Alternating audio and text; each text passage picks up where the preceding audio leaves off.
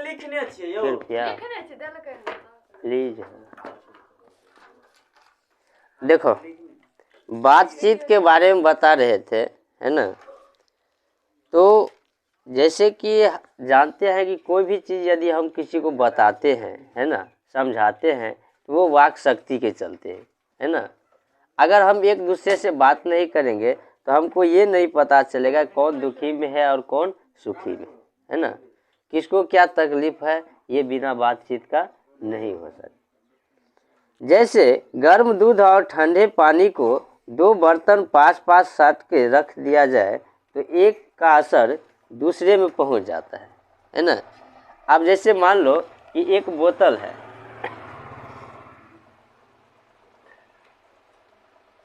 इसमें पानी है और इसमें क्या है, दूध है। अगर ये गर्म है और ये ठंडा है, इसको दोनों को यदि सटा के रख दिया जाए तो ये क्या होगा, ये जो इसमें गर्म है तो ये क्या हो जाएगा, ठंडा हो जाएगा थोड़ा, और ये जो ठंडा है वो क्या हो जाएगा, गर्म हो जाएगा, है ना। वैसे ही दो आदमी पास बैठे हो तो एक का गुप्त असर दूसरे पर पहुंच जाता है, चाहे वो एक दूसरे को देखे भी या नहीं। अब बोलने का कौन कहे, एक के शरीर के विद्युत दूसरे में प्रवेश करने लगती है। जब पास बैठने का इतना असर होता है तब बातचीत में कितना अधिक असर होगा, है ना। जब पास बैठता है ये दोनों एक साथ जो है सटा दिए जाते हैं तो ये दूसरे में असर शुरू हो जाता है ना। उसी प्रकार से यदि दो व्यक्ति एक साथ बैठा है तो वो समझने लगता है कि ये किस प्रकार से आदमी है ना। तो बातचीत में कितना असर होगा, इसे कौन न स्वीकार करेगा। अब इस बात को तीन आदमियों के साथ देना चाहिए। दो व्यक्ति तो समझ गए, अब कितना व्यक्ति, तीन व्यक्ति।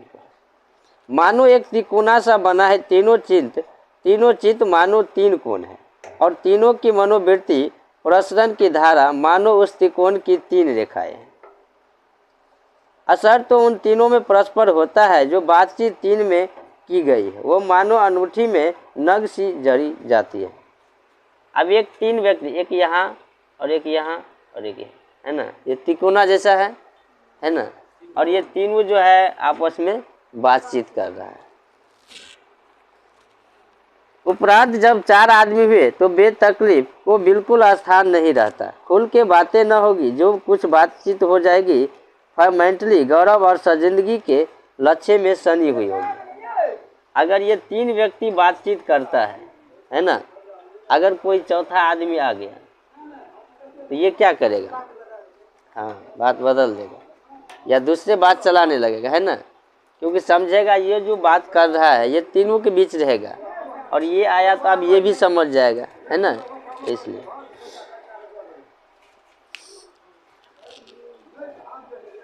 अब चार से अधिक की बात तो केवल राम रवैयल कहलाएगी, है ना। तो दो व्यक्ति का बात समझे, तीन व्यक्ति का समझे और चार व्यक्ति या चार से ज़्यादा व्यक्ति का बात होगा तो वो राम रवैयल होगा। जैसे कि चार से ज़्यादा व्यक्ति कहाँ रहता है,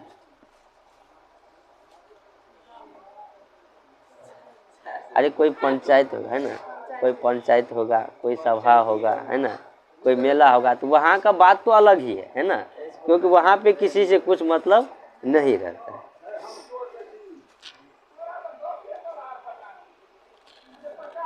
उस संलाप नहीं कर सकते, इसे हम संलाप नहीं कहेंगे, है ना। जब दो व्यक्ति बात करता है, तीन व्यक्ति बात करता है तो वो संलाप होता है ना।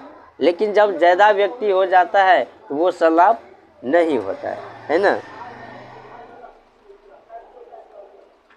दो बूढ़ों की बातचीत प्रायः जमाने की शिकायत पर हुआ करती है। वे बाबा आदम के ही समय से ऐसी दास्ताना शुरू करते हैं जिसमें 4 सच तो 10 झूठ होते हैं, है ना। अगर कोई बूढ़े आदमी है तो उसका अलग ही शिकायत रहेगा, है ना। वो भी बातचीत करेगा, दो बच्चे भी बातचीत करेंगे, है ना, दो बड़े भी बातचीत करेंगे और दो व्यक्ति बूढ़े भी बात करेंगे, लेकिन अलग अलग किस्म से बात करेंगे। एक बार उनकी बातचीत का घोड़ा छूट न जाना चाहिए, पहरों बीत जाने पर भी अंत न होगा। प्रायः अंग्रेजी राज प्रदेश और पुराने समय के रीति नीति का अनुमोदन और समय के इस भांति लायक नौजवानों का निंदा बातचीत का मुख्य प्रकारण होगा। अब दो बूढ़ा व्यक्ति हैं,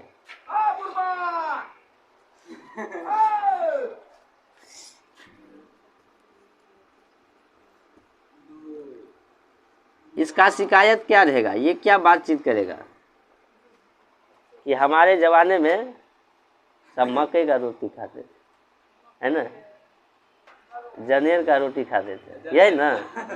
हमारे ज़माने में इतना फैशन नहीं था, है ना, कहता है ना। अंग्रेज सरकार थे, है ना, अंग्रेज सरकार थे। इस प्रकार से देखेगा ये कोई काम नहीं करता है ना, कोई नौजवान है वो काम नहीं करता है, ठीक, उसके बारे में कहेगा ये कैसे आदमी है। ये दो बूढ़ों की बात कहो।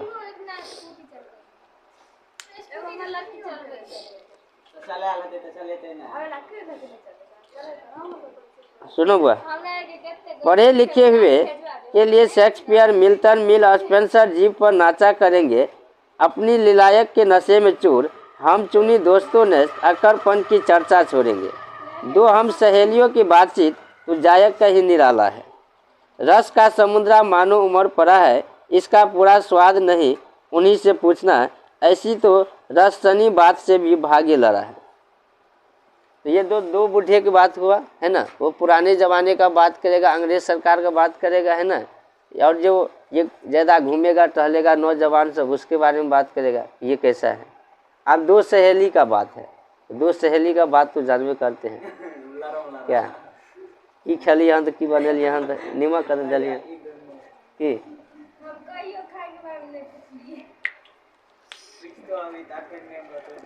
अब आता है, अब है दो बूढ़ियों की बातचीत का प्रकार, है ना।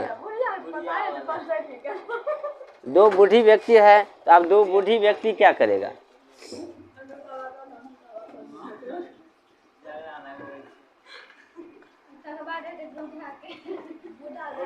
दो बूढ़ी बेटी बोले, हाँ, बूढ़ी क्या करेगा कि बहू बेटी वाली हुई तो अपनी बहू या बेटे का गिला शिकवा होगा, या तो वो बिरादने का कोई ऐसा रम रसा छेद बैठेगी कि करते करते अंत में थोड़े दांत निकल लगे, है ना। दो बूढ़ी व्यक्ति है तो वो कहेगा ज़्यादा तो देखते होंगे सर समाज में, अपने पोतों के बारे में तो कहबे करेगा वो, हाँ वो ऐसे तो खाने के लिए तो देता नहीं है ना। तो ये होता है, या तो ऐसा बात कह देगा कि धीरे धीरे जो है वो बातचीत लड़ाइयों में बदल जाए, है ना। लड़कों की बातचीत खिलाड़ी हुए तो अपनी अपनी तारीफ करने के बाद वे सलाह गांठेंगे, अपने अपने शैतानी जाहिर करने का पूरा मौका मिले, है ना। अब लड़के का बातचीत है तो वो क्या करेगा, कोई खिलाड़ी है तो कहेगा कि हम इतना अच्छा प्रदर्शन खेलते हैं ना, कोई मैच देखता है तो इसमें इसका फैन हम है ना, ये कोई नेता है, इस प्रकार से वो अपनी बातचीत कर देगा। स्कूल के लड़कों की स्कूल के लड़कों की बातचीत का उद्देश्य उस्ताद की शिकायत या तारीफ, सहपाठियों के किसी के गुण अवगुण का कथोपन होता है।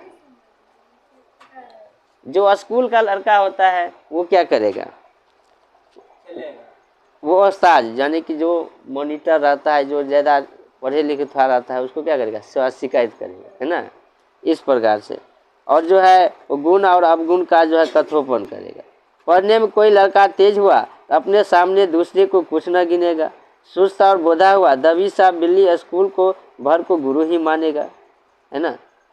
अब कोई तेज है तो वो तो कहेगा हम ग्रेट खली है ना। तो उसके बाद जो है इसके अलावा बातचीत और है ना, बहुत किस्म के होते हैं। राजकाज की बात होते हैं, व्यापार संबंधी बातचीत, दो मित्र में प्रेम लाप बातें, बिचवाई होकर दोनों विवाह संबंध की कुछ बातें उस दिन के बिरादरी वालों को जाहिर कर दिया जाता है ना। अमुक की लड़की का अमुक के लड़के के साथ विवाह पक्का हो गया। यह रस्म बड़े उत्सव के साथ ही होता है। बातचीत कई तरह के होते हैं, एक व्यापार से संबंधित होते हैं, है ना, और व्यापार से संबंधित होते हैं, फिर जो है एक शादी संबंधी जो है बात होता है। इस प्रकार से बातचीत जो है अनेक किस्म का होता है ना, और सबका किस्म क्या होता है, अलग अलग होते हैं। निदान बात करने का अनेक ढंग है। कोई ऐसा समस्या आ जाता है तो उसके निदान के लिए भी बातचीत किया जाता है ना। अब हाँ, यूरोप के लोगों में बात करने का हुनर है, आर्ट ऑफ कन्वर्सेंस यहाँ तक बढ़ा है कि स्पीच और लेख दोनों इसे नहीं पाते। इसकी पूर्ण शोभा काव्य कला प्रवीण विद्वान मंडली में है। स्पीच और लेख दोनों जो है इसे नहीं पाते हैं हुनर को, है ना। हुनर क्या हुआ, कोई कार्य करने का हुनर होता है ना, तो कोई भाषण देता है और या कोई स्पीच देता है, ये दोनों हुनर को प्राप्त नहीं कर सकता, है ना। ऐसे चतुराई के प्रसंग छेड़े जाते हैं जिन्हें सुन कान के अत्यंत सुख मिलता है। शिष्ट गोष्ठी इसी का नाम है। सुहृद प्रसंग छेड़े जाते हैं। हाँ, गोष्ठी की बातचीत की यह तारीफ है। बात करने वालों की लिकायत, पंडिताई या अभिमान या कपट कहीं एक बात में प्रकट न हो, वर्ण क्रम और रमाभास पैदा करने वाले शब्दों को बरकते हुए चतुर्थे सैन्य बातचीत को सरस रखते हैं। अब बातचीत का एक अलग और ढंग है कि हुनर, जैसे आप लोग मानते हैं, आप ही लोग नहीं, हम भी लोग थोड़ा मानते कि कोई जो है कह देता है आज अष्टमी है तो फिर आधा कल होगा, है ना, या भदवा लग गया, तो ये सब भी एक तरह का बातचीत हुआ और वो जो है हुनर होता है, वो मानता है ना। वह रस हमारे आधुनिक सुस्त पंडित की बातचीत में है, जिसे सैन्य अपने बातचीत को सरस रखते हैं, शास्त्रार्थ कहते हैं, कभी आवेगा ही नहीं। मुर्ग और बटेर की लड़ाइयों की झपटा झपटी समान उनकी नीरव कौ में सरस संलाप की चर्चा की चलाना व्यर्थ है। कपट और एक दूसरे को अपने पंडित के प्रकाश के बाद परास्त के करने का संघर्ष आदि रसाभस सामग्री बहुयात के साथ आपको मिलेगी। घंटे भर तक कौ करते रहेंगे तो कुछ न होगा। बड़ी बड़ी कंपनी और कारखाने आदि बड़े बड़े से काम इसी तरह से पहले 2-4 दिली दोस्तों की बातचीत से शुरू किए गए हैं। अब देखो, हम हमेशा ये कहेंगे कि आज कोई जो है आज नहीं करना है ना, फिर कल कर लेंगे, कल भदवा है या किसी और का बात सुनेंगे, ठीक। ये पंडित और जो है ज़्यादा से ज़्यादा ये मानता है ना। तो अगर 2-4 व्यक्ति, जितने भी बड़े कंपनी है ना, या फैक्ट्री है, तो कभी न कभी वो 2-4 व्यक्ति से ही शुरू हुआ हो, है ना। और आज उसमें बहुत व्यक्ति कार्य करता है या साझेदार है, वो अलग है, लेकिन शुरू में क्या होता है, बहुत कम ही व्यक्ति जो है उसको चलाना शुरू करते हैं।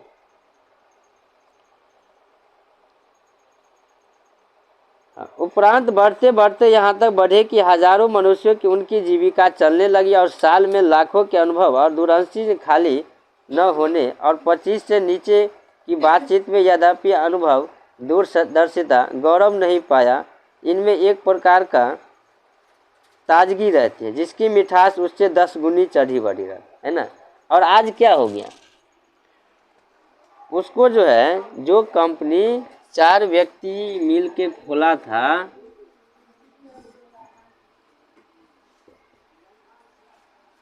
और वो उसमें आज जो है लगभग से लगभग हजारों लोग कार्य करते हैं, है ना।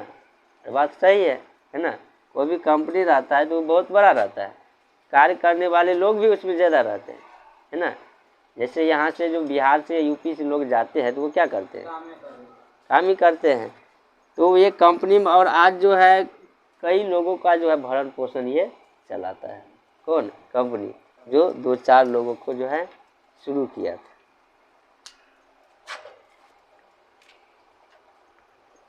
हाँ, यहाँ तक हमने बाहरी बातचीत का हाल लिखा। ये सब क्या था? बाहरी बातचीत का हाल था। जिसमें दूसरे फरीक के होने के बहुत आवश्यक है। बिना किसी दूसरे मनुष्य के हुए तो किसी तरह संभव नहीं, है ना। जब हम बाहरी बातचीत करेंगे, बात थोड़ा सीधे हो जाए, इधर घूम लो।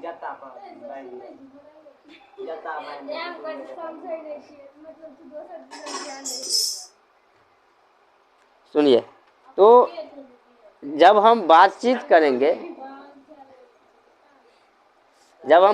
करेंगे तो कम से कम 2 व्यक्ति चाहिए या दूसरे व्यक्ति की सहायता चाहिए। अगर वह नहीं है कम से कम 4 आदमी, तब तो वो संभव नहीं है ना।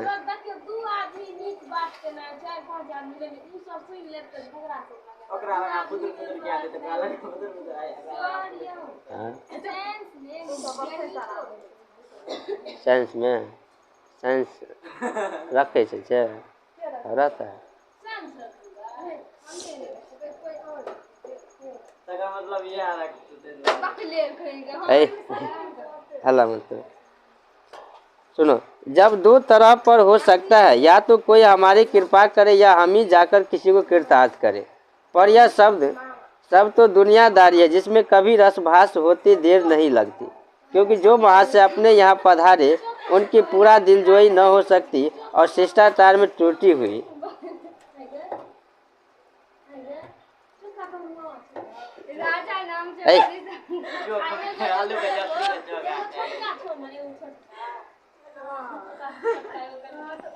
गाँव पर जाकर पढ़िए, रुक ना।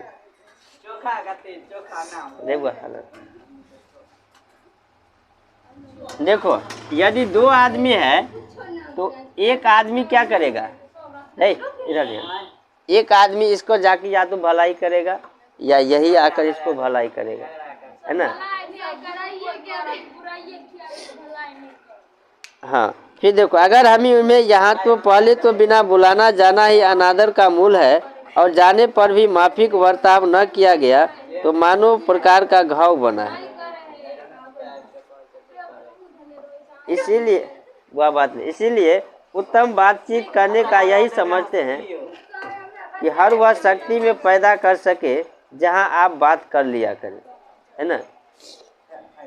अब जहाँ पे ये आया है ना, और ये बिना बुलाए यहाँ पे चला गया, ठीक, तो अगर ये जाएगा तो ये सोचेगा इसका अनादर हुआ, है ना, या वही आ गया तो सोचेगा यह अनादर हुआ।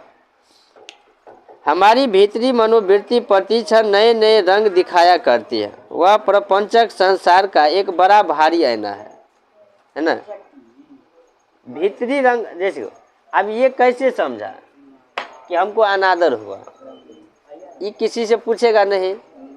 इसके पास गया तो ये तो नहीं कहेगा कि यहाँ से चले जाओ तुम, ये स्वयं सोचेगा, ये स्वयं अपने में बात करेगा कि हमको यहाँ क्या हुआ है, अनादर हुआ है, या हमको कोई कष्ट हुआ है, तब जाकर ये किसी से और से नहीं पूछेगा, ये अपने बात करेगा।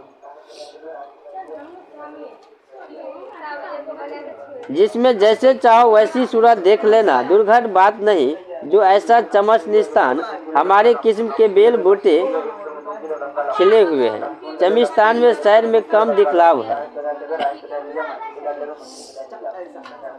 देखो वाह, ये जो है भीतरी आईना सब में रहता है। एक तो बाहरी आईना हुआ और एक होता है भीतरी आईना, जो आप समझते हैं, है ना।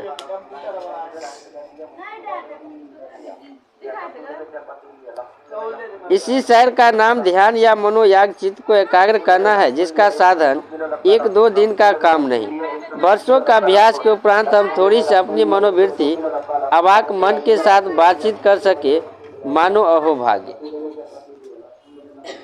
ये जो मन में रे मनीषा, ये जो मन में हम सोचते हैं, है ना, तो वो वर्षों बीत जाते हैं, ठीक, कि हमको जो है यहाँ पे अनादर हुआ कि क्या हुआ। हमारी जीवा कतरानी के समान सदा स्वच्छ चला रहती है, इसके काबू कर लेना क्रोधित बड़े अजय शत्रुओं को बिना प्रयास जीत अपने वश में कर डाला। जीवा जो होता है वो क्या रहता है, हमेशा स्वच्छ रहता है ना, जब हम बोलते हैं तो क्या बोलते हैं, है ना। अगर सोच समझ के बोलेंगे तो क्या होगा, कोई भी क्रोध वाला बात या कोई भी शत्रु वाला बात नहीं आएगा। इसीलिए अवाक् बातचीत करने का साधन यावत साधनों का मूल है। शक्ति परम पूज्य मंदिर परमार्थ का एकमात्र सोपान है।